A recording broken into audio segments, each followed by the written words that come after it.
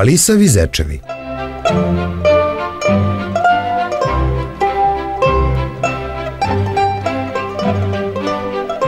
Hvalili se zečići u zelenoj travici. Jedan reko, tako mi ne otpala ruka, ne bojim se vuka. Drugi reko, majka da me živa ne gleda, ne bojim se medveda. Treći reko, tako mi kupusova struka, ne bojim se lisice, kopca ni bauka.